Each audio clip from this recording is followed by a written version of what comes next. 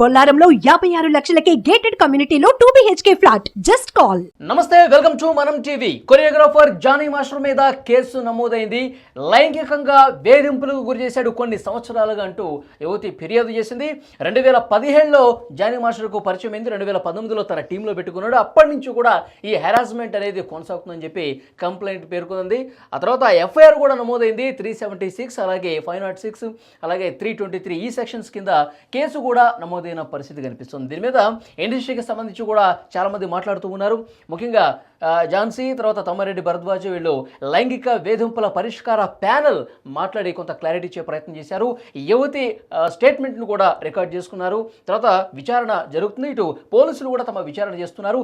ఈరోజు ఆ యువతి నుంచి స్టేట్మెంట్ కూడా అఫీషియల్గా పోలీసులు కూడా రికార్డ్ చేయబోతున్నారు. సో ఈ కేసుకు సంబంధించి ఇండస్ట్రీ కూడా జానీ మాస్టర్కి వ్యతిరేక గళం వినిపిస్తున్నటువంటి పరిస్థితి ఒకవైపు కనిపిస్తోంది.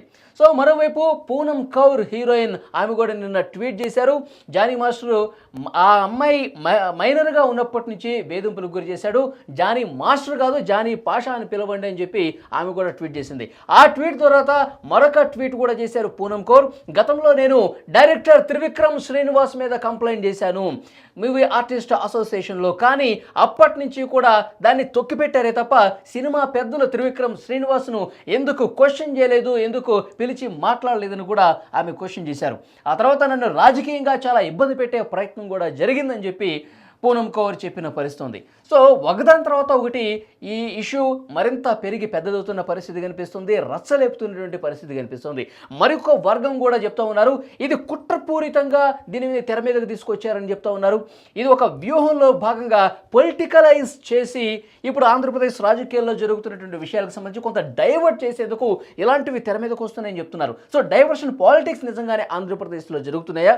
ఇప్పుడు ఒకదాని తర్వాత ఒకటి ఇండస్ట్రీలో జరుగుతున్నటువంటి ఈ రచ్చకు సంబంధించి ఏ విధంగా చూడాల్సిన అవసరం ఉంది? దీని మీద మనం డిస్కస్ చేద్దాం. నాతో పాటు పొలిటికల్ ఎడిటర్ కార్తీక్ కూడా లైవ్లో జాయిన్ అయ్యారు. ఎస్ కార్తీక్, గత 3 రోజులుగా ఈ చర్చ మనం చూస్తున్నాము, ఈ రచ్చ మనం చూస్తున్నాము. జానీ మాస్టర్ లైంగికంగా వేధింపులకు గురి చేశాడని చెప్పి ఎక్కడ పడితే అక్కడ షూటింగ్ స్పాట్లో కూడా క్యారవాన్లో కూడా లోపలికి తీసుకెళ్ళి నన్ను అత్యాచారం చేశాడు, తర్వాత ముంబై తీసుకెళ్ళి అత్యాచారం చేశాడు. ఈ కొన్ని సంవత్సరాలుగా ఈ మనోవేదనను భరిస్తూ వస్తున్నాను, ఇక నేను తట్టుకోలేక బయటకు వచ్చేసాను. వారి మిసెస్ కూడా ఇంటికి వచ్చి దాడి చేసి మరీ పెళ్లి చేసుకో అని చెప్పేసి అంటున్నదంట. నువ్వు మతం మార్చుకో, జానీ మాస్టర్ని పెళ్లి చేసుకో. ఈ రకంగా వారి మిసెస్ కూడా అన్నదని ఈ విధంగా టార్చర్ జరిగిందని చెప్పి ఆమె బాధపడుతూ చెప్తా ఉంది. ఎలా చూడాలి దీన్ని? ఏం చూస్తున్నారు? ఫస్ట్ వాస్తవం ఏంటంటే వలి జానీ మాస్టర్ ఒక ఇష్యూ ఒకటి, తర్వాత పూనం కవర్ చేసిన ట్వీట్ ఒకటి, ఈ రెండు విడివిడిగా చూడాలి. ఒకే సినిమా ఇండస్ట్రీకి సంబంధించిన వ్యక్తులైనప్పుడు కూడా ఏ కేసు ఆ కేసే, ఏ అమ్మాయికి ఆ అమ్మాయే, ఏ బాధితురాలకు ఆ బాధితురాలు, ఏ నిందితుడికి ఆ నిందితుడే. దానిగానే చూడాలి. దానిగానే చూసినప్పుడు ఈ జానీ మాస్టర్ మీద పెట్టిన కేసుకు సంబంధించి వివరాల్లోకి వెళ్తే ఆ అమ్మాయి 2019 నుంచి జానీ మాస్టర్ దగ్గర పనిచేస్తుంది అనేది ఆ అమ్మాయి చెప్తున్న వర్షం. అంటే మనకి వచ్చిన కంప్లైంట్ మేరకు, ఎఫ్ఐఆర్ మేరకు మనకు అర్థమవుతున్న విషయం 2019 నుంచి పనిచేస్తుంది. అంటే 2019 ఇవాళ 21 అంటే ఆ అమ్మాయికి ఆ రోజుకి ఏంటా, ఆ అమ్మాయి మైనర్ ఉన్నప్పటి నుంచి వేధింపులకు పాల్పడ్డా. సరే, వేధింపులకు పాల్పడితే ఈ రోజు వరకు ఎందుకు పోలీస్ కేసు పెట్టలేదు, ఈ రోజు వరకు ఎందుకు ఇండస్ట్రీలో ఎప్పుడు కంప్లైంట్ చేయలేదు, ఈ రోజే ఎందుకు ఆ ఇష్యూ వచ్చింది అనేది ఒక పాయింట్. నిజంగా అమ్మాయి మీద వేధింపులు జరిగితే మాత్రం చర్యలు తీసుకోవాల్సిందే, అది ఎవరైనా సెలబ్రిటీ అయినా. ఇప్పుడు అతనికి రాజకీయ పార్టీతో సంబంధం ఉంది, జనసేన పార్టీతోటి. జనసేన ఇమ్మీడియట్ రాజకీయ కార్యక్రమాల నుంచి నువ్వు దూరంగా ఉండాల్సిందే, పార్టీకి నీకు సంబంధం లేదు, నువ్వు వ్యక్తిగతంగా నీ నిజాయితీని, నీ చిత్తశుద్ధిని నిరూపించుకోవాల్సిందని చెప్పింది. అది ఒక నిజాయితీ ఉన్న రాజకీయ పార్టీ చేయాల్సిన లక్షణం. కాకపోతే నాకు వస్తున్న అనుమానం ఏంటంటే, నాకు వస్తున్న ఇన్ఫర్మేషన్ కూడా అనుమానం మాత్రమే లేదు, కొంత ఇన్ఫర్మేషన్ కూడా వచ్చింది. ఇంకా రాబోయే కాలంలో ఆధారాలు కూడా తీసుకొచ్చి మీ ముందు పెట్టే ప్రయత్నం చేస్తాను. వాస్తవంగా ఈ మధ్య కాలంలో ఒక ప్రముఖ సినిమా డైరెక్టర్, ఎవరైతే పాన్ ఇండియా సినిమా తీస్తున్న ఒక ప్రముఖ డైరెక్టరు మరియు ఒక సీనియర్ జర్నలిస్టు, ఒక మహిళా జర్నలిస్టు, ఒక ప్రముఖ ఛానల్ నుంచి తన కెరీర్ స్టార్ట్ చేసి వైసీపీ అధికారంలో ఉన్నప్పుడు తన పదవిని కూడా పొందిన ఒక సీనియర్ జర్నలిస్టు ఇప్పుడు తన సోషల్ మీడియా వేదిక మీద ఉంది, రోజు డిబేట్ కూడా చేస్తూ ఉన్నారు. ఆమె మాట్లాడే పూనం కౌర్తో త్రివిక్రమ్ శ్రీనివాస్ మీద ట్వీట్ పెట్టించారు. ఎందుకు? దీని వెనకాల ఎవరున్నారు అంటే క్లియర్ కట్గా వైసీపీ అనే ఒక రాజకీయ పార్టీ ఉంది. మరి వైసీపీకి దీనికి ఏం సంబంధం అని మీరు అనొచ్చు. వైసీపీకి దీనికి ఒక సంబంధం ఉంది. ఏంటి ఆ సంబంధం అంటే, ఈ మధ్య ముంబై హీరోయిన్కి సంబంధించినటువంటి ఒక కేసు, అది సజ్జల రామకృష్ణారెడ్డి గారి అరెస్ట్ వరకు వెళ్ళిపోతుంది. వాస్తవంగా ఈ దేశ చరిత్రలో స్వతంత్రం వచ్చిన తర్వాత మొట్టమొదటిసారిగా 3 IPS సస్పెండ్ కావడం దేశంలో తొలిసారి. ఇద్దరు ఐపీఎస్ అధికారులు ఎట్ ఏ టైం సస్పెండ్ అయ్యారు, అది గుజరాత్ ఎన్కౌంటర్ కేసులో. కానీ ముగ్గురు ఐపీఎస్లు ఆంధ్రప్రదేశ్లో అరెస్ట్ అయ్యారు. సో అరెస్టు నుంచి సజ్జల రామకృష్ణారెడ్డి గారి అరెస్టు జరగబోతోంది అన్న విషయాన్ని డైవర్ట్ చేయడం కోసం, అంటే అమ్మాయి మీద బాధితులు అంటే వీళ్ళు కూడా అమ్మాయిలే కదా, వీళ్ళ గురించి చర్చించారు కదా అనే ఒక ఇష్యూని తీసుకురావడం కోసం కావాలని పూనం కొరత ట్వీట్ పెట్టించారు. ఎలాగో జానీ మాస్టర్ ఇష్యూ బయటకు వచ్చింది కాబట్టి సో దీన్ని కంటిన్యూ చేయాలి, ఇష్యూని డైవర్ట్ చేసుకోవడానికి ఆయుధం దొరికింది కాబట్టి ఇష్యూని మార్చేయాలి అని చెప్పేసి ఇప్పుడు కొత్తగా పదం కూడా తీసుకొస్తున్నారు, లవ్ జిహాదీ ఇష్యూని కూడా తీసుకొస్తున్నారు. లవ్ జిహాదీ అంటే ఏంటంటే ఇప్పుడు ఎవరైతే డ్యాన్స్ మాస్టర్ అన్నాడు జానీ పాషా అని జానీ మాస్టర్ అంటారు, అతను ఒక మతానికి సంబంధించిన వ్యక్తి. ఈ అమ్మాయి ఎవరైతే కంప్లైంట్ చేసిన వ్యక్తి ఉన్నారో తను వేరే మతానికి సంబంధించిన వ్యక్తి. నువ్వు నా మతం మార్చుకుంటేనే అనే పదం వాడారని, అంటే కావాలని మతం మార్పిడి కోసం చేశారు అని చెప్పేసి లవ్ జిహాద్ అనే పదాన్ని కూడా తీసుకొస్తున్నారు. సో లవ్ జిహాద్ అనే పదాన్ని తీసుకొస్తున్నారు. తర్వాత ఇంకొకటి కూడా ఇప్పుడు మీరు ఇందాక వాడిన పదాలు కూడా వాళ్ళ భార్య కూడా ఒట్టి ఈ అమ్మాయి మీద దాడి చేసి నా భర్తను పెళ్లి చేసుకో అన్నారని మీరు అన్నారు కదా. ఏముంటుంది, నేను బయటికి పోతాను, నా పిల్లలు నేను రోడ్డు మీద పడిపోతావు, నువ్వు నా భర్తను పెళ్లి చేసుకుని ఉన్నా అని చెప్పేసి ఏ భార్య అని అంటదా? అనగలుగుతారు జనరల్గా. అంటే తను ఉంటుంది నువ్వు కూడా పెళ్లి చేసుకో మా భర్తనే అని చెప్పి అది ఎలా సాధ్యం అన్నదంట. ఇప్పుడు అది ఎలా సాధ్యం? ఎట్ ఏ టైం ఇద్దరితో కలిసి ఉండడానికి ఏ చట్టాలు ఒప్పుకుంటే? నువ్వే చెప్పాలి, మీ చట్టాలను ఒప్పుకుంటాయా? ఎట్ ఏ టైం ఇద్దరితో కలిసి ఉండడానికి ఏ చట్టాలు ఒప్పుకో కదా. కాబట్టి నాకు తెలిసి మరి దీంట్లో లోతైన ఇన్వెస్టిగేషన్ జరగాలి, దీని వెనకాల ఇంకెవరైనా ఉన్నారా ఏంటి అనేది. కానీ పూనం కౌర్ ట్వీట్ విషయంలో మాత్రం ఒక ప్రముఖ స్టార్ డైరెక్టర్, ఈ మధ్య ఎర్రచందనం ఈ నేపథ్యంలో సినిమాలు తీస్తున్న ఒక డైరెక్టర్, ప్రముఖ హీరోతో పాన్ ఇండియా సినిమా తీస్తున్న ఒక డైరెక్టర్, రాబోయే కాలంతో అతి దగ్గరలో ఉంది రిలీజ్కి కూడా. ఆ డైరెక్టరు కమ్ ఒక ప్రముఖ సీనియర్ జర్నలిస్టు ఉండి ట్వీట్ పెట్టించారు. వాళ్ళు వరుసగా కాల్సి మాట్లాడుకున్న సమాచారం వస్తూ ఉంది, దానికి సంబంధించి కూడా ఇంకా విషయాలు బయటకు రావాల్సి ఉంది, తెలియాల్సి ఉంది. కానీ ఎందుకు ఇదంతా అంటే ఒకటి పవన్ కళ్యాణ్ చుట్టూ ఉండేటువంటి కోటలను టార్గెట్ చేసినట్టు కనపడుతుంది. ఎందుకు ఆ టార్గెట్ అంటే జగన్మోహన్ రెడ్డి మీదగా మెడకి ఉచ్చు బిగించబోతాం డైరెక్ట్గా జగన్మోహన్ రెడ్డి మెడకి. ఎందుకంటే జగన్మోహన్ రెడ్డి 2004లో తనకు బిజినెస్ పార్ట్నర్ అయిన బిజినెస్ మెలకువలు నేర్పించడం స్టార్ట్ చేసిన రాజశేఖర్ రెడ్డి గారి రికమెండేషన్ మేరకు జగన్ గారికి జిందాల్కి ముంబైలో ప్రముఖ పారిశ్రామికవేత్త, వాళ్ళ ఫాదర్ మాజీ కేంద్ర మంత్రి, వాళ్ళ బ్రదరు ఎంపీ, వాళ్ళకు రాజకీయ నేపథ్యం కుటుంబం ఉంది. ఆ రాజకీయ నేపథ్యం ఉన్న ఆ మనిషితోటి జగన్మోహన్ రెడ్డికి సంబంధాలు ఏర్పడ్డాయి రాజశేఖర్ రెడ్డి గారి వల్ల. ఆ రోజు కాంగ్రెస్ పార్టీ అధికారంలోకి వచ్చింది. 2004 రాజశేఖర రెడ్డి గారు ముఖ్యమంత్రి అయ్యారు. ముఖ్యమంత్రి అయిన తర్వాత జగన్మోహన్ రెడ్డిని జిందాల్ కప్ చెప్పారట బిజినెస్ మెలకువలు నేర్పించేయాలని. బిజినెస్ మెలకువలు నేర్చుకునేవి అన్ని మెలకువలు నేర్చుకున్నాడు. ఎలా సూట్ కేసు కంపెనీలు పెట్టాలి, ఎలా డబ్బులు వెనకేసుకోవాలి, అదే కదా 45,000 కోట్ల రూపాయల అక్రమాస్తుల కేసు 2011లో జగన్మోహన్ రెడ్డి గారి మీద నమోదైని. రాజశేఖర రెడ్డి గారు అధికారులు ఉన్నప్పుడు జగన్మోహన్ రెడ్డి గారు చేసిన కుంభకోణాల మీద నేను చెప్తున్న ఏమీ లేవు. దీంట్లో సిబిఐ ఈడీ నమోదు చేసిన కేసులు మీరు చూడండి, కావాలంటే ఆన్లైన్లో కొట్టుకోండి. సిబిఐ 11 కేసులు నమోదు చేసింది, ఈడీ 9 కేసులు నమోదు చేసింది. మొత్తం 20 కేసులు జగన్మోహన్ రెడ్డి గారి మీద 2011 నుంచి పెండింగ్లో ఉన్నాయి. దాని మీద ఆయన జైలుకు కూడా ఇచ్చారు, ప్రజెంట్ బెయిల్లో ఉన్నారు. దాని మీద కూడా వివాదం ఉంది. ఒక మనిషి ఇన్ని సంవత్సరాలు బెయిల్లో ఉంటాడా? దాదాపు 2011 అంటే ఇప్పటికంటే సరే ఒక జైలుకు పోయి ఇచ్చింది 2012లో 13 సంవత్సరాలుగా ఏ మనిషి అయినా 10 సంవత్సరాల పైగా బెయిల్లో ఉంటే సాధ్యమవుతుందా? అంటే ఈ కేసులు ఎప్పటికీ తేలవా అనే ఒక కంక్లూజన్ జనంలో కన్ఫ్యూజన్ అయితే ఉంది కదా. ఇప్పుడు అదే మనిషి వేరే కేసులు ఇరుక్కున్నాడు. తన మిత్రుడైనటువంటి జిందాల్ కోసం జిందాల్ మీద ముంబై హీరోయిన్ అత్యాచారం కేసు పెడితే అత్యాచారం కేసుని వెనక్కి తీసుకోవడం కోసం, ఆ అమ్మాయి నుంచి విత్డ్రా చేయించడం కోసం తన బిజినెస్ పార్టీ అని జగన్మోహన్ రెడ్డిని అప్రోచ్ అయితే ముఖ్యమంత్రిగా ఉన్నాడు, గవర్నమెంట్ ఉంది కాబట్టి ఏదని చెప్పి ఏదైనా చేస్తాడని తన పార్టీ నుంచి 2014లో ఎమ్మెల్యే క్యాండిడేట్గా పోటీ చేసిన కుక్కల విద్యాసాగర్ని ఉపయోగించుకొని ఆ అమ్మాయి మీద ఒక ఫేక్ కేసు పెట్టించేసి, ఎంత దారుణం అంటే వాళ్ళు కేసు పెట్టేది ఫిబ్రవరి 2వ తారీఖు, వీళ్ళు ఫ్లైట్ టికెట్స్ బుక్ చేసుకునే ఫిబ్రవరి 1వ తారీఖు. అంటే ముందే కలగంటారు వీళ్ళు, రేపు కేసు వస్తుంది ఒక ముంబై హీరోయిన్ మీద అని ఫ్లైట్ టికెట్స్ బుక్ చేసుకోవాలి. మళ్ళీ ఆ ఫ్లైట్ టికెట్స్ డబ్బులు ఎక్కడి? జనరల్ అకౌంట్ నుంచి కాదు. ఏదైతే మన పిఎస్ఆర్ ఆంజనేయులు ఉన్నాడు, ఆయన ఏంటి ఇంటెలిజెన్స్ చీఫ్ కొనేటువంటి రైట్స్ ఏంటంటే వాళ్ళు ఎక్కడికి పోతున్నారని చెప్పాల్సిన అవసరం లేదు. వాళ్ళు ఫ్లైట్ టికెట్స్ అనఫిషియల్గా బుక్ చేసుకోవచ్చు. అఫీషియల్గా బుక్ చేసుకున్న జనరల్ పోలీసులు. ఎందుకంటే ఇంటెలిజెన్స్ అంటేనే నిఘా విభాగం కదా, చేయరు, చెప్పకుండా చేస్తారు. సో చెప్పకుండా అంటే అందరు ఎవరికి అంటే మళ్ళీ అప్పుడే అనుమానం వస్తే అప్పుడే బయటికి లీక్ అయితే విషయం తెలిసి కదా, అందుకని చెప్పేసి చెప్పకుండా బుక్ చేసుకొని అన్ఆథరైజ్డ్ అకౌంట్ నుంచి బుక్ చేసుకొని దాని నుంచి మళ్ళీ ఎవరు పోతారు? ఈ విషయాలు కొన్ని తర్వాత కాంతిరాణ టాటా, తర్వాత పిఎస్ఆర్ ఆంజనేయులు. ఓకే. అసలు ఇంత పెద్ద ఐపీఎస్లు ఈ స్థాయిలో ఉన్న వ్యక్తులు ఒక అమ్మాయిని అరెస్ట్ చేయడానికి పోవాల్సిన అవసరం ఉందా? ఏదో మహిళా పోలీసులు పంపిస్తే సరిపోదా? మహిళ సహజంగా మహిళను అరెస్ట్ చేయడానికి ఎవరు పోతారు? మరి జనరల్గా ఇన్ జనరల్ నీకు కొంత లా తెలుసు కదా, ఒక మహిళా పోలీసులు పోతారు. కానీ మహిళా పోలీసులు పోకుండా వీళ్ళెందుకు పోయారు? అది కూడా ముందే ఎందుకు టికెట్ బుక్ చేసుకున్నారు? 6:30 కంప్లైంట్ అంటే 11:30కి ఫ్లైట్ ఎక్కారు. ఉదయం 6:30కి కంప్లైంట్ ఇస్తే 11:30కి ఫ్లైట్ ఎక్కారు. ఎయిర్పోర్ట్లో ఫ్లైట్ ఎక్కాలంటే ఎంత ముందు పోవాలి? ఒక గంటన్నర ముందు పోవాలి. గంటన్నర ముందు అంటే వీళ్ళు ఎప్పుడు పోయి ఉంటారు? 11:30 ఫ్లైట్ ఎక్కారంటే ఎప్పుడు పోయి ఉంటారు వీళ్ళు? అంటే 9:30 కల్లా ఎయిర్పోర్ట్లో ఉండుంటారు. 9:30కి ఎయిర్పోర్ట్లో ఉన్నారంటే వీళ్ళు ఎప్పుడు బయలుదేరి ఉంటారు? ఇంకా అంతకన్నా ముందు ఒక అర్ధగంట ముందు గంట ముందు బయలుదేరి ఉంటారు ఇంటి నుంచి. అంటే వాళ్ళు ఎలా డిసైడ్ అయ్యారు? కంప్లైంట్ రాగానే ఇంటికి పోయి డ్రెస్అప్ అయ్యి లేదా డ్రెస్అప్ అయ్యే స్టేషన్కి వచ్చి కంప్లైంట్ తీసుకొని డైరెక్ట్గా వెళ్ళిపోయారేమో. అంటే ఎంత పాజిటివ్. అంటే ఇప్పుడు ఈ జత్వానీ కేసుని డైవర్ట్ చేయడం కోసం ఆంధ్రప్రదేశ్ గత ప్రభుత్వం మీద ఇవన్నీ కనిపిస్తున్నాయి కాబట్టి ప్రజల్ని దీన్ని దారి మళ్లించాలనే ఉద్దేశంతో ఇప్పుడు టాలీవుడ్ని టార్గెట్ చేయాలి, పవన్ కళ్యాణ్ సంబంధికులు ఎవరైతే క్లోజ్గా ఉంటారో వాళ్ళని టార్గెట్ చేస్తూ ఇష్యూని డైవర్ట్ చేయడం ముఖ్య ఉద్దేశం అని చెప్తున్నారు. విశాల్ గురిని అప్రూవ్గా మారాడు. మళ్ళీ క్లియర్గా జనానికి చెప్పాలి. విశాల్ గురిని అనే ఒక ఐపీఎస్ ఆఫీసర్ అప్రూవ్గా మారాడు. అన్ని విషయాలు కక్కుతున్నాడు. కక్కితే అరెస్ట్ అయ్యేది ఎవరు? సజ్జల రామకృష్ణారెడ్డి గారు, జగన్మోహన్ రెడ్డి గారు. నేను కూడా అసలు డైవర్షన్ అనేది లేదు వీరయ్య. నిజమే, అమ్మాయిని మాత్రం అమ్మాయిలుగానే చూడాలి.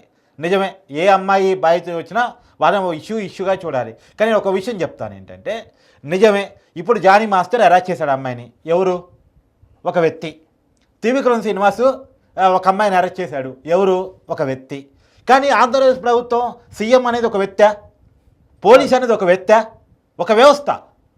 ఒక వ్యక్తి ఒక అమ్మాయిని అరెస్ట్ చేయటం వేరు, ఒక వ్యవస్థ ఒక అమ్మాయిని అరెస్ట్ చేయటం వేరు. ఓకే. వ్యక్తి అనేవాడు రకరకాల భావజాలతో ఉంటాడు, రకరకాల ఆలోచనతో ఉంటాడు, మంచి చెడు మార్గంలో ఉంటాడు. వాడు చెడ్డోడు కావచ్చు. ఈ చెడ్డవాడిని పట్టుకొని శిక్షించేది ఎవరు? వ్యవస్థ. మరి ఆ వ్యవస్థే తప్పు చేస్తే, ఆ వ్యవస్థే అరెస్ట్ చేస్తే, ఆ వ్యవస్థే అమ్మాయిని ఇబ్బంది పెడితే, ఇవాళ పూనం కౌర్ ట్వీట్ చేసింది. పూనం కౌర్ గారు, నేను సైట్గా మిమ్మల్ని ఒక క్వశ్చన్ అడుగుతున్నాను. మీరు మాలో కంప్లైంట్ చేశారు, పట్టించుకోలేదు, నిజమే అనుకుందాం. మరి ఏ పోలీస్ స్టేషన్లో కంప్లైంట్ చేశారు? మీరు లీగల్ కూడా ఫైట్ చేసి ఉండొచ్చు కదా. మేమే త్రివిక్రమ్ శ్రీనివాస్ మిమ్మల్ని ఇబ్బంది పెట్టుంటేనే, అరెస్ట్ చేసి ఉంటేనో మీరు ఏ పోలీస్ స్టేషన్లో కంప్లైంట్ చేశారు? చూపించండి ఎఫ్ఐఆర్. అంటే మాలో కంప్లైంట్ చేసి వదిలేశారా? అది ఎలా సాధ్యం అవ్వాలి? ఇప్పుడు వర్క్ ప్లేస్లో అరెస్ట్మెంట్ జరుగుతుంది. ఇప్పుడు మన ఆఫీస్లో ఒక అమ్మాయి అరెస్ట్ చేస్తున్నారని కంప్లైంట్ మేనేజ్మెంట్ చేశారు. మేనేజ్మెంట్ పట్టించుకోలేదు. ఎవరు చేస్తారు? పిఎస్కి వెళ్తారు కదా. పిఎస్కి వెళ్తారు కదా, కామన్ కదా, మినిమం కామన్ సెన్స్ కదా. మరి పిఎస్కి ఎందుకు వెళ్ళలేదు పూనం కౌర్ గారు? నిన్న ట్వీట్లో సినిమా పెద్దలు త్రివిక్రమ్ గారిని ఎందుకు ప్రశ్నించలేదు? ఇప్పుడు సరే, సినిమా పెద్దలు త్రివిక్రమ్ వదిలేశారు, మా పట్టించుకోలేదు, సినిమా పెద్దలు పట్టించుకోలేదు. ఈ గోవిత్తులా ఓకే, తను పోలీస్ కేసు ద్వారా వెళ్ళొచ్చు కదా, చట్టం ద్వారా వెళ్ళొచ్చు కదా. బయటకు వచ్చి సరే కనీసం మీరు లా కూడా సపోర్ట్ చేయట్లేదు. మీడియాకి వచ్చి మాట్లాడితే ఖచ్చితంగా మీడియా దాన్ని ఎక్స్పోజ్ చేసిన తర్వాత లా పట్టించుకుంటుంది కదా. అంటేనే ఇది ఎప్పటికప్పుడు విమర్శ చేయడానికి పనికొచ్చే పాయింట్ తప్ప, కావాలని చేసే టార్గెట్ తప్ప, ఒక ఇష్యూని డైవర్ట్ చేయడం కోసం, ఒక అమ్మాయి మీద జరిగిన దాడిని డైవర్ట్ చేయడం కోసం, అత్యంత కిరాతకంగా ప్రవర్తించిన కొంతమందిని డైవర్ట్ చేయడం కోసం చేసిన ఇష్యూ తప్ప దీంట్లో నిజమేముంది? అది నేను క్లియర్గా అడగదలుచుకున్నాను. సో శేఖర్ భాష కూడా మెసేజ్ పెట్టారు, తను కూడా మాట్లాడతానని. ఈ విషయం మీద రియాక్ట్ అవుతా ఉన్నారు ఆయన. అవును, ఒకసారి కాల్ చేయండి.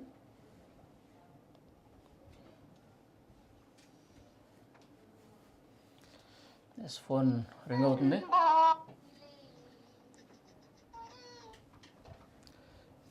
శేఖర్ భాష గారు నమస్కారం అండి, లైవ్లో ఉన్నాం. సార్ ఏం లేదు, ఈ జానీ మాస్టర్ మీద అలానే త్రివిక్రమ్ శ్రీనివాస్ మీద పూనం కౌర్ పెట్టిన ట్వీట్, ఈ రెండు మీ దృష్టికి వచ్చే ఉంటాయి. అదే మీరు మీ వాయిస్ని ఇస్తారనే దానికోసం కాల్ చేశాం. యాక్చువల్గా అంటే నేను ఇంకా కంప్లీట్గా ఇష్యూ గురించి నాకు తెలీదు. బట్ నాకు నిన్న రాత్రి కొన్ని సోర్సెస్ ద్వారా తెలిసిన విషయం అవన్నీ కూడా, బట్ నేను ఇంకా ఏం వెరిఫై చేసుకోకుండా చెప్పలేను. బట్ బేసికలీ నాకు పైపైన తెలుస్తున్న విషయం ఏంటంటే, మనం ఇంతకుముందు చూస్తున్న ఎక్స్టార్షన్ కేసెస్ లాంటిదైతే ఇది కాదు.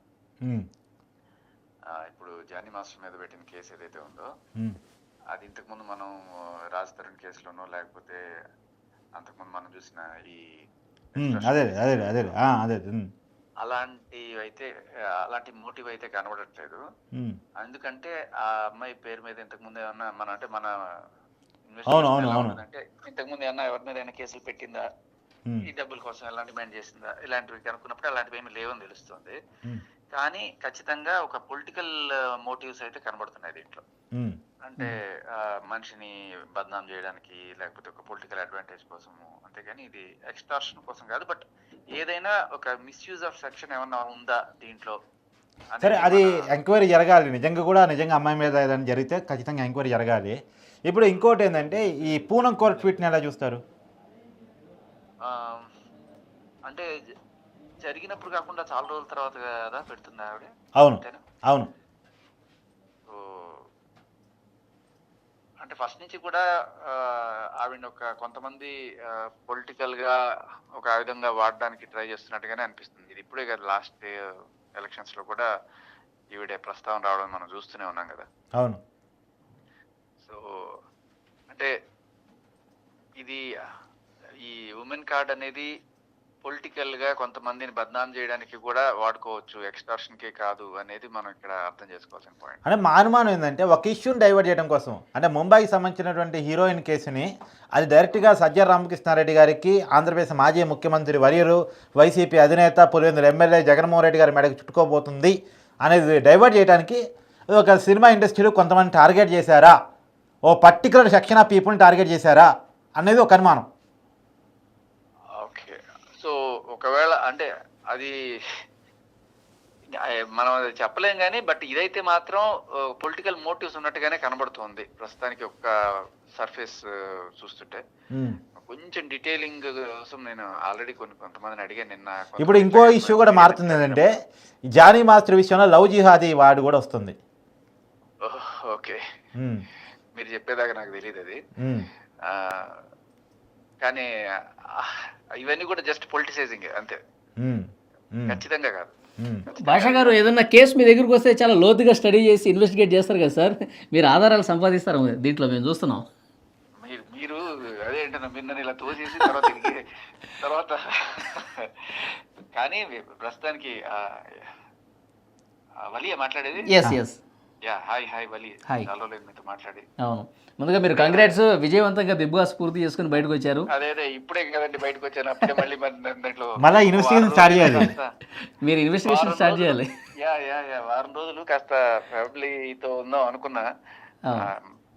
ఐ థింక్ మీరు మరోసారి తండ్రి అయ్యారు కాబట్టి కంగ్రాట్స్ మళ్ళీ. కొడుకు పుట్టాడు. సో నిన్న రాత్రి హాస్పిటల్ నుంచి డిశ్చార్జ్ అయింది. సో నేను ఒక 2 days కాస్త ఈ హడావిడిలో ఉంటా. బట్ మీన్ వైల్ నేను తెలిసిన సోర్సెస్ లో అడుగుతున్నాను, మనకు వచ్చేది వస్తుంది. తర్వాత ఖచ్చితంగా మీకు మంచి ధమాకా ఇన్ఫర్మేషన్ ఇస్తాను. థ్యాంక్ యూ వెరీ మచ్ భాష గారు. రైట్.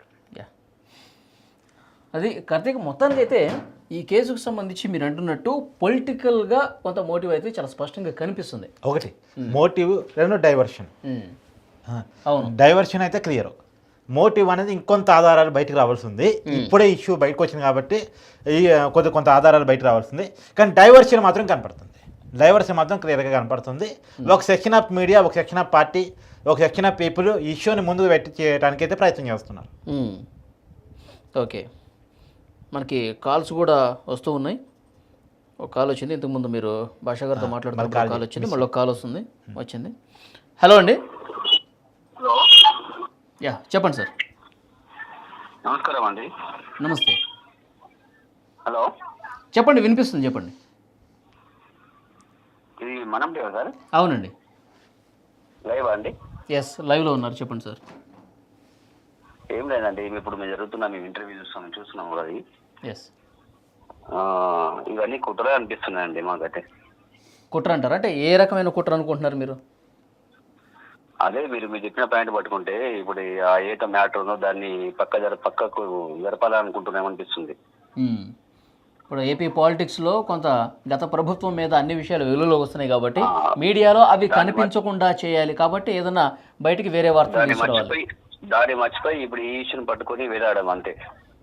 ఓకే, పబ్లిక్ని పక్కదారి పట్టించడం అంతే. ఇంకేమన్నా చెప్పాలనుకుంటున్నారా ఈ కేసు మీద? అంతే అండి, ఇంకేముంటుంది చూస్తే అర్థమవుతుంది కదా. ఓకే. ఎప్పుడో దొంగలు పడ్డం 6 నెలలకు కుక్కలు మురడం అనేది ఇది జరుగుతున్న విషయం. ఓకే. అదే అంతే అంటారు కదండి తెలంగాణలో. అంతే అంతే. ఎప్పుడో జరిగిపోయిందని తోడి పక్కకు తోడి దమ్ముడు తీయడం అనమాట. ఇప్పుడు గతంలో ఇండస్ట్రీలో జరిగిన విషయాలు కూడా ఇప్పుడు ట్వీట్లు చేస్తూ ప్రస్తావిస్తూ అప్పుడు వాళ్ళని ఎందుకు క్వశ్చన్ చేయలేదని చెప్పి ఇవి కూడా బయటకు వస్తున్నాయి. అదే కదండి ఇప్పుడు జరుగుతున్న విషయం ఏదది. ఇప్పుడు అదే అంటే వీళ్ళ ఉద్దేశం ఏంటంటే ఒక్కొక్కటి బయట తీసి వీళ్ళని పక్క ధర పట్టిస్తే అది మర్చిపోతారు, దీన్ని మళ్ళీ మనము పక్క జరగచ్చని ఉద్దేశంలో ఉంటారు అంతే. యా, చూద్దాం సార్. ఇన్వెస్టిగేషన్ అయితే జరుగుతుంది, పోలీసులు అన్ని కోణాల్లో కూడా దర్యాప్తు అయితే చేస్తున్నారు. ఇది డైవర్షన్ పాలిటిక్స్ లో భాగమా లేకపోతే ఇందులో ఏమైనా నిజాయితీ ఉందా అవన్నీ కూడా. తప్పు ఉంటే ఆ తప్పు జరిగిపోయిందా దానికి ఇప్పుడు ఆమె తప్పు ఉంటే అవి ఎప్పుడో చేయాల్సిన పని ఇప్పుడు చేయాల్సిన అవసరం లేదు కదా మీకు. అంటే ఇప్పటిదాకా దాన్ని ఏమంటారు అవసరానికి వాడుకున్నామని అనుకోవచ్చా? నిజంగా హెరాస్ చేస్తే ఇబ్బంది పడుతూ పనిచేయాల్సిన పరిస్థితి లేదు కదా. సంవత్సరాలు అట్లా ఉండి ఇప్పుడు ఒక్కసారిగా బయటికి రావడం అనేది కొంత అనుమానాలకు తావిస్తుందని చెప్తున్నారు చాలా మంది. చూడాలి ఇంకా. అదే వాళ్ళ మధ్యలో గొడవ జరగవచ్చు, ఇంకేమైనా కావచ్చు, అండర్స్టాండ్ లేకపోవడం కావచ్చు. అంటే ఇప్పుడు గొడవ జరిగింది అనుకోవాలి, గొడవ జరిగినప్పుడు సహజంగా ఫస్ట్ కాల్ 100 మాత్రం తప్పనొచ్చు. ఆమె హిందువు ఈమె ముస్లిం మతం మారడం అనేది బాగా తప్పండి. అది మార్చడం అది మాత్రం తప్పు. అవునా, అట్లా మతం మార్చాలని చెప్పి బలవంత పెట్టడం అయితే 100% తప్పు అది. అవునా, చూద్దాం సార్ ఇన్వెస్టిగేషన్లో ఇంకేం బయటకు వస్తాయో. Thank you very much. Phone చేసి మీ అభిప్రాయం తెలియజేశారు మనం టీవీకి. Thank you sir. Okay sir. Yeah, so calls వస్తూనే ఉన్నాయి కార్తిక్. మరొక కాల్ వచ్చింది. హలో అండి. Hello, yes hello. హలో, నా వాయిస్ వినిపిస్తుందండి? వినిపిస్తుంది సార్. మనం టీవీనా అండి? మనం టీవీకి ఫోన్ చేశారు మీరు, చెప్పండి sir. Just I'm watching programme. చెప్పండి సార్, మీ అభిప్రాయం ఏంటి చెప్పండి ఈ కేసు మీద. కేసు మీద అంటే ఏంటి సార్, యాక్చువల్గా సీరియస్ యాక్షన్స్ అంటే ఏరే ఫర్ ఎగ్జాంపుల్ తమిళనాడు, కన్నడ, లో ఉన్న రూల్స్ అండ్ గైడ్ లైన్స్ ఇక్కడ లేవండి సార్. అదేంటంటే ఎప్పుడో ఒక కేసు వస్తుంది, అప్పుడు అలర్ట్ అవుతారు, ఇంకా మళ్ళీ ఒక 1 వీక్ ఛానల్స్ లో ఇలా దీని గురించి డిస్కస్ చేస్తారు, తర్వాత మర్చిపోతారు సార్. ఏంటంటే సీరియస్నెస్ అనేది ఉండాలన్నమాట. ఇప్పుడు ఫర్ ఎగ్జాంపుల్ ఇలాంటి అమాయకతే కాదండి, చాలా మంది ఉంటారు ఇలా ఫేస్ చేస్తున్న వాళ్ళు. ఇప్పుడు ఎలా అంటే పాలిటిక్స్ కూడా యాడ్ చేస్తున్నారు దీంట్లోకి. ఇప్పుడు 5 years బ్యాక్ 7 years బ్యాక్ జరిగిన ఇన్సిడెంట్స్ కూడా తీసుకొస్తున్నారు ఇప్పుడు. అవును, అంటే అక్కడే అనుమానం కలుగుతుంది. నిజం పాత ఇష్యూలు బయట తీసుకురావటం వల్లే ఇక్కడ తింటే పాలిటిక్స్ ఇన్వాల్వ్ అయ్యి అనుమానం రావడానికి అదే కారణం. ఇది ఇప్పుడు ఇష్యూస్ కావు అవి. నిజంగా మీరు అన్నట్టు ఇండస్ట్రీ పట్టించుకోవట్లేదు అనుకోండి, తెలుగు ఇండస్ట్రీ అమ్మాయిల మీద వచ్చే కంప్లైంట్స్ సార్ట్అవుట్ చేయడంలో పట్టించుకోవడంలో ఫెయిల్ అవుతుంది అనుకోండి, వాళ్ళకి లీగల్ ఛాన్స్ ఉంది. కానీ లీగల్గా పోకుండా కేవలం అవకాశం వచ్చినప్పుడు అవసరం వచ్చినప్పుడు పదాలు వాడుకోవడం అనేది కరెక్ట్ కాదనేది. అదేనండి చెప్తున్నాను కదా, ఈ ఇష్యూ ఇంకొక 2-3 days అండి, ఏదో ఒక మ్యాటర్ డైవర్ట్ చేయడం కోసం ఏదైనా ఇష్యూ ఇలా డైవర్ట్ కోసం ఈ మ్యాటర్ తీసుకొస్తారు. ఇప్పుడు ఫర్ ఎగ్జాంపుల్ అండి ఎన్నో ఇన్సిడెంట్స్ జరుగుతుంటాయండి కోవర్కర్స్ తో జరిగేటప్పుడు. చిన్న ఇన్సిడెంట్స్ లాంగ్ బ్యాక్ జరిగి ఉంటాయి. వీళ్ళు ఏంటంటే ఒక పాయింట్ ని బేస్ చేసుకొని ఆ అమ్మాయిని ఇన్ఫ్లుయెన్స్ చేయడమో ఏదో చేసి మీరు ఇలా మీ దగ్గర ఇలా చెప్పేయండి, మీరు ఇలా చేయండి, బ్యాక్గ్రౌండ్ ఎవరో ఒక రన్ చేయటమో వాళ్ళని అంటే ఇలా దెబ్బతీయాలని చూస్తున్నారండి. యాక్చువల్ గా ఎవరైతే బాధితురాలు ఉన్నారో వాళ్ళైతే అంటే వాళ్ళకై వాళ్ళు రావట్లేదండి. యాక్చువల్ గా ఎవరో ఒకళ్ళు ఇన్ఫ్లుయెన్స్ చేస్తేనే వస్తున్నారు. అంటే ఈ కాస్ట్ అంటే ఇప్పుడు ఈ కేసులో కూడా వెనకాల ఎవరో ఉండి నడిపిస్తున్నారని అనుమానమా మీకుందా? ఆబ్వియస్లీ అండి, ఎందుకు అనుకోకూడదండి. ఇప్పుడు ఫర్ ఎగ్జాంపుల్ ఆ అమ్మాయి మీరు వీడియోస్ చూస్తే వాళ్ళు ఎంత అంటే ఒక ఫ్రెండ్స్ లాగా ఒక కోవర్కర్స్ లాగా ఎంతో ఉన్నారు, ఎంతో చిల్ అయి ఉంటారు, ఎంతో తిరిగి ఉంటారు. అవన్నీ మర్చిపోయి ఏదో ఒక చిన్న ఇన్సిడెంట్ ఈ రోజు ఏదో తీసుకొచ్చి ఎప్పుడో జరిగిన దాని ఇన్సిడెంట్ ఈ రోజు ఎందుకు తీసుకొస్తారండి? ఆ అమ్మాయే కానీ ఇలా జరుగుతుందని తెలిసి అప్పుడే కంప్లైంట్ ఇచ్చి ఉండాలి కదండి. ఈ రోజు ఎందుకు ఇవ్వాలి? ఓకే, అంటే ఆయన అనేది ఏంటంటే వాళ్ళు ఇప్పుడు కడుపు నొప్పి ఇవాళ వచ్చింది, మందు ఎప్పుడు వేసుకోవాలి? ఇవాళ వేసుకోవాలి. దెబ్బ తగిలింది ఆయింట్మెంట్ ఎప్పుడు రాసుకోవాలి? రాసుకోవాలి. దెబ్బ తగిన తర్వాత లేదా కడుపు నొప్పి తగ్గిన తర్వాత కాదు కదా. ఇవాళ కడుపు నొప్పి వస్తే ఎల్లుండి కాదు కదా. అవును కరెక్టే. సో చాలా మంది అభిప్రాయాలు వ్యక్తం చేస్తూ ఉన్నారు. ఇప్పుడు ఏంటి అంటే దీంట్లో చాలా కీలకమైన అంశం. నేను ఒకసారి జనాన్ని కూడా విజ్ఞప్తి చేస్తున్నాను, మీకు కొన్ని విషయాలు చెప్తాను. ఢిల్లీలో అత్యంత పెద్ద నేరం దేశం మొత్తం ఉలిక్కిపడిన ఇష్యూ నిర్భయ. ఒక అమ్మాయి మీద అర్ధరాత్రి పూట అఘాయిత్యానికి పాల్పడి అమ్మాయిని లేకుండా చేశారు ఫిజికల్గా. అత్యంత దారుణమైనటువంటి ఘటన. ఆ ఘటన దేశవ్యాప్తంగా అందరినీ కదిలించింది. ఇలాంటి వాళ్ళకి కఠినమైన శిక్షలు పడాలని దేశవ్యాప్తం మొత్తం కూడా మహిళా లోకం అయితే ఇతర సెక్షన్స్ ఆఫ్ పీపుల్ కూడా ఆ జెండర్ తేడా కూడా లేకుండా అలాంటి వాళ్ళకి కఠిన శిక్షలు పడాలని చెప్పేసి అందరూ నోరెత్తి అరిచారు. అరిచిన తర్వాత వాళ్ళకి మరణ శిక్షలు, జీవిత ఖైదులో పడ్డాయి. ఇంకో కాల్ వచ్చింది. హలో అండి. హలో హలో, చెప్పండి సార్. లైవ్ అయిపోయిందండి. లేదు కంటిన్యూ అవుతుంది, చెప్పండి. అదే ఒకసారి మాట్లాడుతున్నారు కదా, ఒకసారి మాట్లాడదాం. చెప్పండి. హలో, కాల్ కట్ అయింది. అయితే అది నేను చెప్పిన నిర్భయ సంఘటన. దిశ సంఘటన హైదరాబాద్లో ఒక అమ్మాయి మీద ఇది వెటనరీ డాక్టర్ మీద అత్యంత దారుణంగా అత్యాచారం చేసి చంపేశారు ఆ అమ్మాయిని కూడా. అవును. అయితే వాళ్ళని ఎన్కౌంటర్ చేయాలని జనం నుంచి డిమాండ్ వచ్చింది. ఆ జన నుంచి వచ్చిన డిమాండ్ని తప్ప ఉప పక్కన పెడితే పోలీసులు ఎన్కౌంటర్ చేశారు. సరే, వాళ్ళు ఏదో రీజన్ చెప్తున్నారు. ఆ కేసును సజ్జనారు ఇంకా పేస్ట్ చేస్తున్నారు. అవును. సో ఈ దిశలోను నిర్భయలోను ఎవరు చేశారు అత్యాచారాన్ని? ఎవరు అగంతకులు, తాగుబోతులు, తిరుగుబోతులు, ఒక సెక్షన్ ఆఫ్ పీపుల్ డ్రగ్స్కో మద్యపానానికి అలవాటైన వాళ్ళు, గంజాయికి అలవాటైన వాళ్ళు ఎవరు చేశారు. తర్వాత మొన్న ఈ మధ్య కోల్కతా అభయ సంఘటన, అది పని ప్రదేశంలో జరిగినటువంటి అత్యాచారం మరియు హత్య వర్క్ ప్లేస్లో జరిగింది.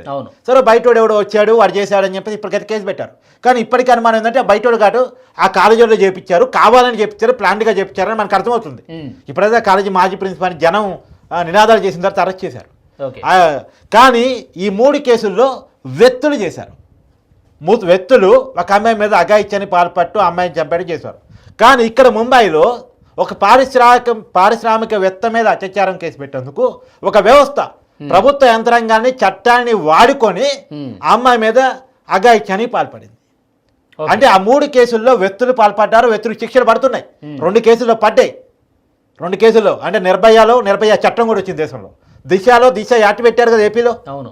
సో కాబట్టి ఇప్పుడు ఇక ఈ అభయ సంఘటన మీద కూడా అత్యాచార నిరోధక చట్టాన్ని పశ్చిమ బెంగాల్ గవర్నమెంట్ తీసుకొచ్చింది. సో ఈ 3 కేసుల్లో ఎలాంటి రియాక్షన్ ఉందో ఈ 3 కేసుల కంటే కూడా తీవ్రమైంది ముంబై కేసు.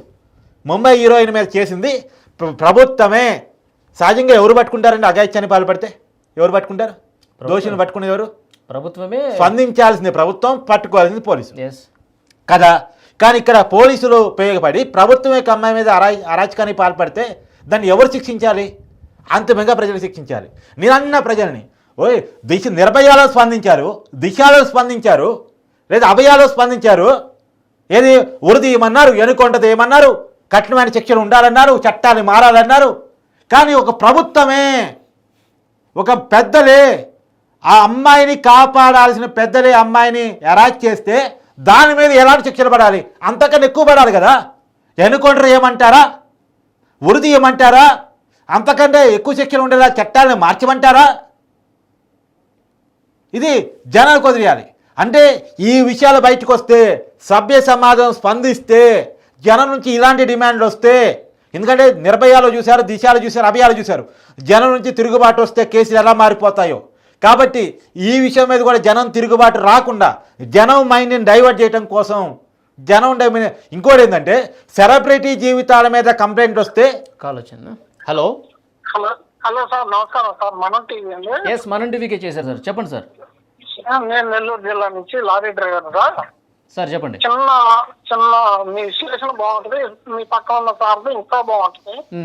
చూస్తాము. అప్పుడు నేను చాలా లారీ డ్రైవర్ యూట్యూబ్ లో చూస్తూ ఉంటాం మీ విశ్లేషణ.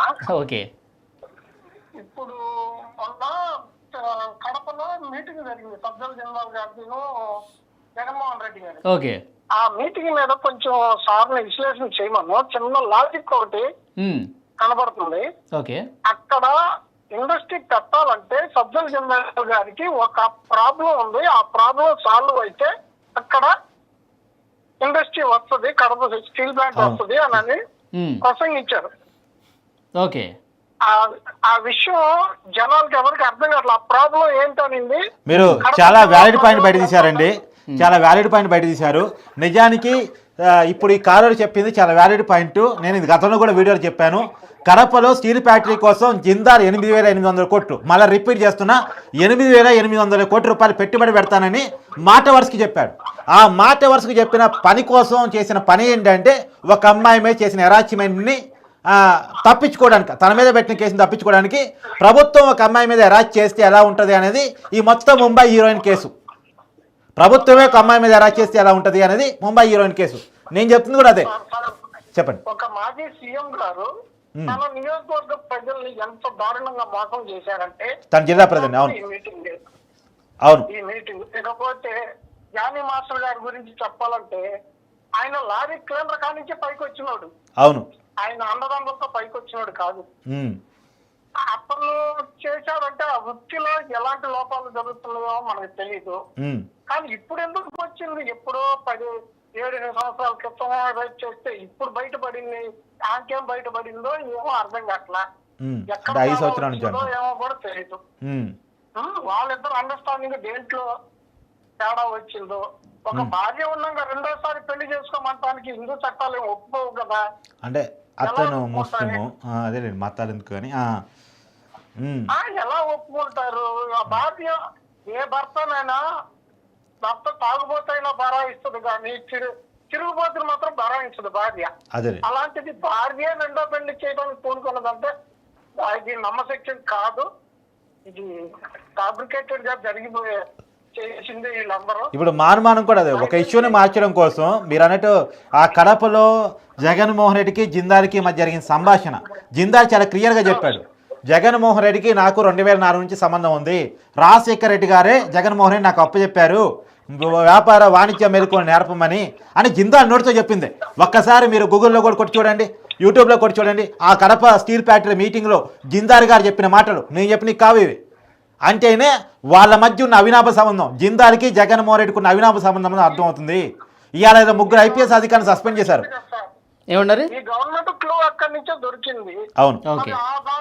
ఆ విషయం నుంచి అక్కడి నుంచి ఎందుకు ఇన్వెస్టిగేషన్ సాగట్లేదు? అప్పుడు జగన్మోహన్ రెడ్డి గారిని పిలిచి అసలు ఆయనకున్న ఇబ్బందులు ఏంటి అంటే తెలిసిపోద్దిగా.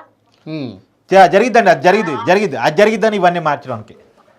ఇవన్నీ ఎందుకు అంటే అసలు వ్యక్తిలో చేస్తే లోపలేసి ఇవన్నీ పైకి ఇప్పుడంతా ఒక ప్రొసీజర్ ఉంటుంది కదా, ఎవరిని విచారించాలి, నెక్స్ట్ ఎవరు లోపలేయాలి.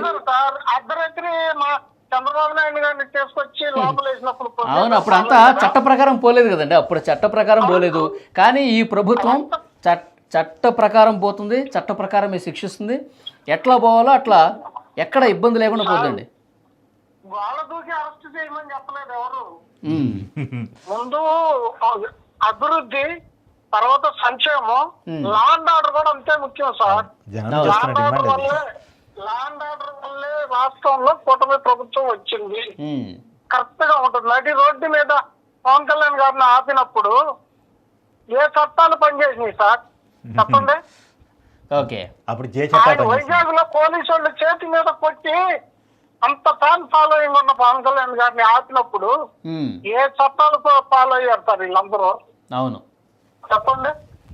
అవును, డెఫినెట్ గా మొన్న లోకేష్ గారు కూడా ఇదే విషయం చెప్పారు స్పష్టంగా. ప్రజల్లో కొంత ఆవేదన ఉంది, అక్రమ కేసులు బనాయించి ఇబ్బంది పెట్టారు, జైల్లో పెట్టారు, చాలా రకాలుగా ఇబ్బంది గురి చేశారని చెప్పి నారా లోకేష్ గారి దగ్గర కూడా మీలాంటి వాళ్ళు చాలా మంది మాట్లాడారు. ఇంకా ఎప్పుడు మా మీద అక్రమ కేసులు పెట్టారు, వాళ్ళ మీద చర్యలు తీసుకోరంటే చట్ట ప్రకారమే. వీళ్ళు ఇప్పుడు రెడ్ బుక్ అని చెప్పేసి అంటా ఉన్నారు కదా. రెడ్ బుక్ అనేది కాదు.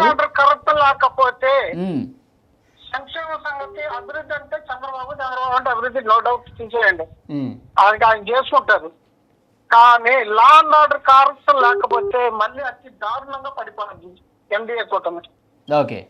ఇంకోటి మిడిల్ ఫింగర్ చూపించి జనసేన కార్యకర్తల్ని అర్ధరేతులు స్టేషన్ చెప్పి కొట్టించినప్పుడు ఒక లేడీ మినిస్టర్ మిడిల్ ఫింగర్ చూపించి రెచ్చగొట్టినప్పుడు తన కారద్దాలు ఎవరో పగలు కొట్టారని కేసు పెట్టి ఎంత దారుణంగా జనసేన కార్యకర్తల్ని, చంద్రబాబు నాయుడు గారిని, పవన్ కళ్యాణ్ గారిని కాకినాడ ఆయన ద్వారంపూడి చంద్రశేఖర్ అతి దారుణంగా తిడితే ఏంటి సార్ ఈ సమాజం ఎలా ఉందో చూడండి. అదే సార్, అసెంబ్లీలో కూడా చెప్పారు కదా, పవన్ కళ్యాణ్ గారు కూడా చెప్పారు, చంద్రబాబు గారు చెప్పారు. అవును, చట్ట ప్రకారం వెళ్తుందండి. అంటే ఇప్పుడే కదా, ఇంకా 100 రోజులు కూడా కాలేదు. సార్ ఇప్పటికీ చంద్రబాబు నాయుడు గారి గవర్నమెంట్ రాలేదు. ఇప్పుడు కేసులు పెట్టి లోపలేస్తేనే ప్రభుత్వం వచ్చినట్టు అంటారు. సరే మీ డిమాండ్ అయితే కాదు, మీ డిమాండ్ అయితే ప్రజల జనంలోకి వెళ్ళిందండి. సరే thank you. Yeah phone okay, thank you sir. Thank you అండి. వాళ్ళ డిమాండ్ పబ్లిక్ ఒపీనియన్ అర్జెంటుగా వాళ్ళని అరెస్ట్ చేయాలి. నిజం కూడా ఇందాక నేను చెప్తున్నా, దిశ, నిర్భయ, అభయ ఈ సంఘటనల కంటే కూడా ఆంధ్రప్రదేశ్ ప్రభుత్వంలో జరిగింది అత్యంత ఘోరమైంది. నేను జనాన్ని కూడా అడుగుతున్నా, జనం స్పందించాలి. అరెస్ట్ చేయమనేది ఇప్పుడు అతని ఒపీనియన్ ఏదైతే ఉందో అది రైటు. ఒక లారీ డ్రైవర్కి ఉన్న కామన్ సెన్స్, ఆలోచన తీరు మిగతా ప్రజలకు కూడా రావాలి. అర్జెంటుగా ఆ కేసుని సీరియస్గా తీసుకోవాలి కూటమి ప్రభుత్వం కూడా. దీనికి రాజకీయ కక్షాదింపులు అంటానికి లేదు. ఇమీడియట్లీ జగన్మోహన్ రెడ్డి గారిని విచారించాల్సిందే, ఈ కేసును త్వరితగతిన ముందుకు తీసుకెళ్లాల్సిందే. ఎందుకంటే ఇప్పుడు ఐపీఎస్ ఆఫీసర్లు ఏముందండి, ఇప్పుడే వాస్తవంగా ఏం జరుగుతుందంటే ఈ వ్యవస్థలో ఈ సిఏ ఉద్యోగం కావాలి, ఎస్ఏ ఉద్యోగం కావాలి, ప్రమోషన్ కావాలి, అంతా రాజకీయ నాయకుల చేతుల్లో పడిపోతుంది. లూప్ లైన్లో ఉండాలా, మెయిన్ లైన్లో ఉండాలా కూడా రాజకీయ నాయకులు ఇంప్లెంట్ చేస్తున్నారు.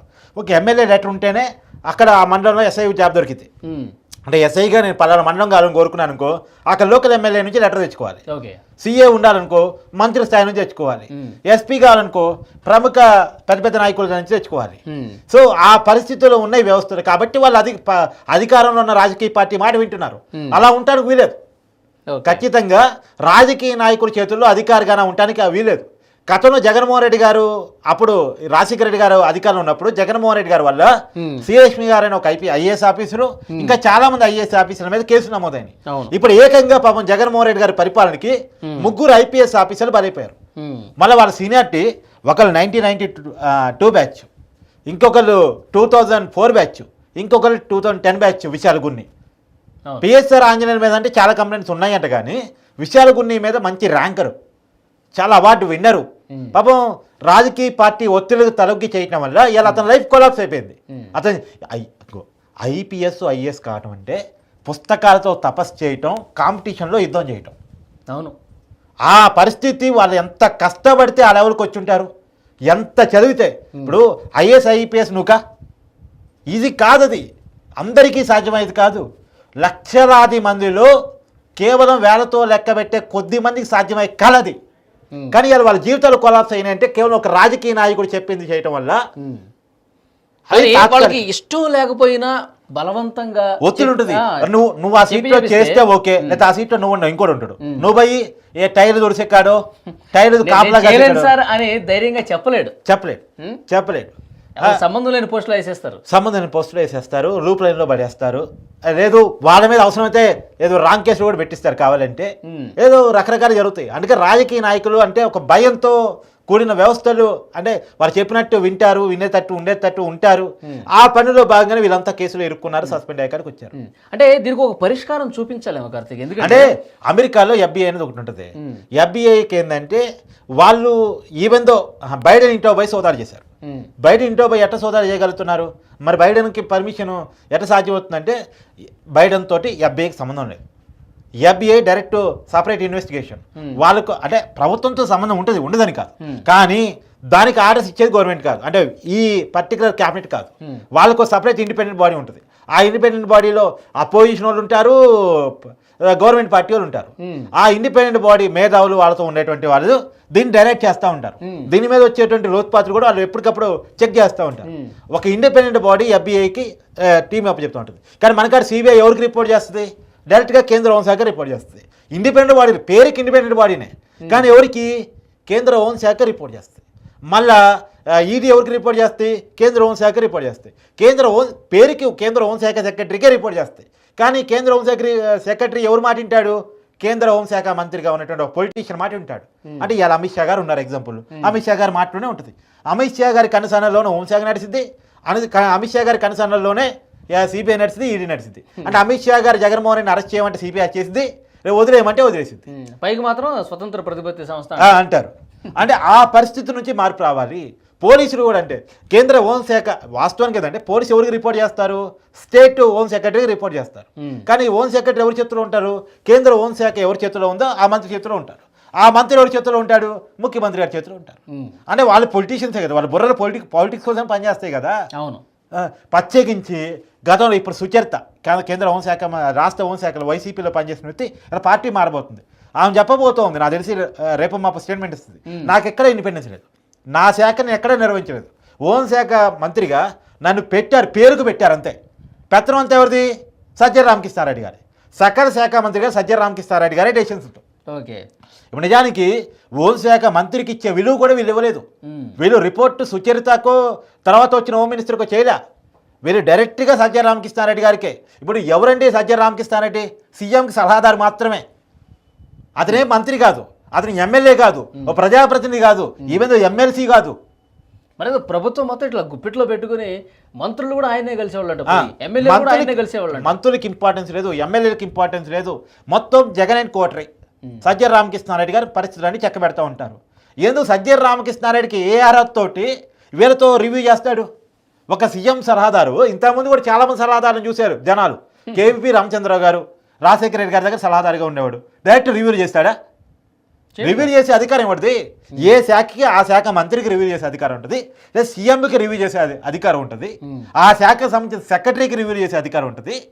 కానీ మధ్యలో ఒక సీఎంకి సలహాదారు అయినంత మాత్రం డైరెక్ట్ రివ్యూ సీఎం సలహాదారు చేయగలడా?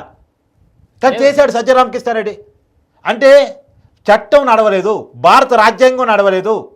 అవును, కనిపిస్తుంది మనకి, క్లియర్గా కనపడుతుంది. కేవలం ఏదైనా చెప్పదలుచుకుంటే ముఖ్యమంత్రి గారు చెప్పాలి కదా. ఇంతకుముందు మీరు అన్నట్టు సంబంధిత శాఖల మంత్రులు చెప్పాలి. ఇదేమీ లేకుండా మధ్యలో అంటే జగన్మోహన్ రెడ్డి గారి నోటి నుంచి వచ్చే పదాలు సజ్జల రామకృష్ణారెడ్డి నోటి నుంచి వస్తాయి. ఆయన ప్రతిసారి మీడియాని ఫేస్ చేయలేడు.